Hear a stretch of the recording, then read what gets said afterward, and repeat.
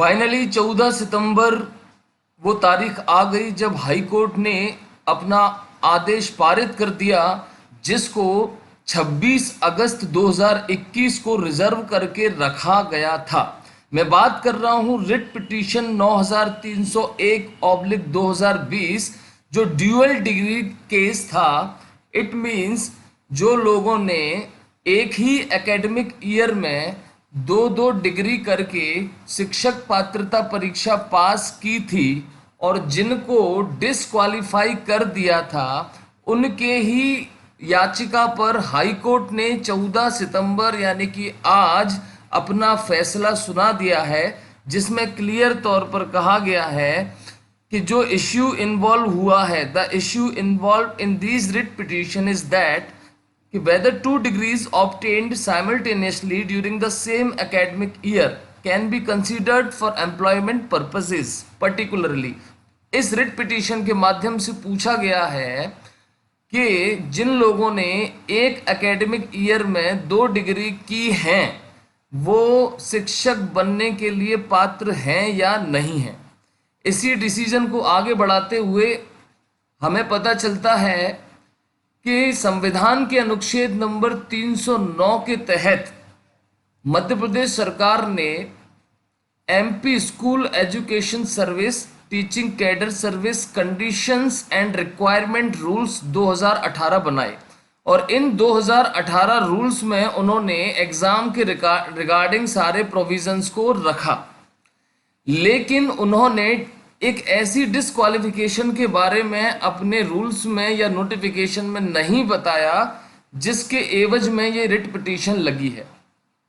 हुआ ये कि ऐसे कई छात्र थे जिन्होंने एक एकेडमिक ईयर में 2 डिग्रियां प्राप्त की थी। 2 डिग्रियां प्राप्त करने के लिए उन्होंने एक डिग्री रेगुलर की, जबकि दूसरी डिग्री को डिस्टेंस लर्निंग के माध्यम से किया। इस रिट पिटीशन के माध्यम से जिसको दायर किया गया, उसमें याचिकाकर्ता ने एमएससी बायोलॉजी से रेगुलर की है, जबकि बीएड उन्होंने डिस्टेंस एजुकेशन से किया है। इन्होंने शिक्षक पात्रता परीक्षा 2018 में भाग लिया और फाइनली उन्होंने 115वीं रैंक सुनिश्चित की इस एग्जाम में। जब डॉक्यूमेंट वेरिफिकेशन हुआ तब उनको रोक दिया गया, उनका डॉक्यूमेंट वेरिफिकेशन, और 2020 जून 2020 में उनकी नियुक्ति को रद्द कर दिया गया, ये कहते हुए कि आपने एक एकेडमिक ईयर में 2 डिग्रियां हासिल की हैं, जिनमें से एक डिग्री आपने रेगुलर हासिल की है, जबकि दूसरी डिग्री आपने डिस्टेंस एजुकेशन से हासिल की है। अतः हम ये मान्य नहीं करते, मतलब इस नियोजन में शिक्षक पात्रता परीक्षा में 2 डिग्री धारकों का चयन नहीं किया जाएगा, ऐसा सरकार की तरफ से कहा गया। इस आदेश के विरुद्ध याचिकाकर्ता हाई कोर्ट पहुंचे और हाई कोर्ट में उन्होंने अपना पक्ष रखा।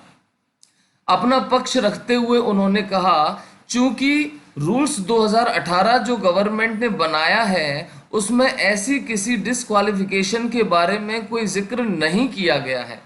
बस उसमें डिसक्वालिफिकेशंस के बारे में नोटिफाइड करने को लेकर बात कही गई है कि नोटिफाई कर दिया जाएगा समय समय पर।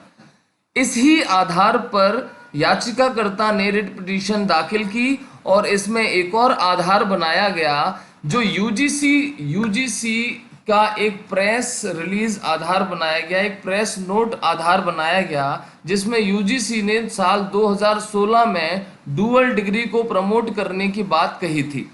उसी आधार पर याचिकाकर्ता का कहना है कि उसी आधार पर हमने एक एकेडमिक ईयर में 2 डिग्री हासिल की और हमें चयन भी कर लिया गया, लेकिन डॉक्यूमेंट वेरिफिकेशन के वक्त हमें बताया जाता है कि आपका चयन निरस्त कर दिया जाता है। याचिकाकर्ता का ये भी कुल मिलाकर निष्कर्ष निकलता है याचिकाकर्ता की तरफ से कि अगर ये मामला इस तरीके से खत्म होना था तो इस मामले की शुरुआत ही नहीं होनी चाहिए थी। जबकि फॉर्म में है, जब परीक्षा का फॉर्म भरा गया उसमें ये मेंशन किया गया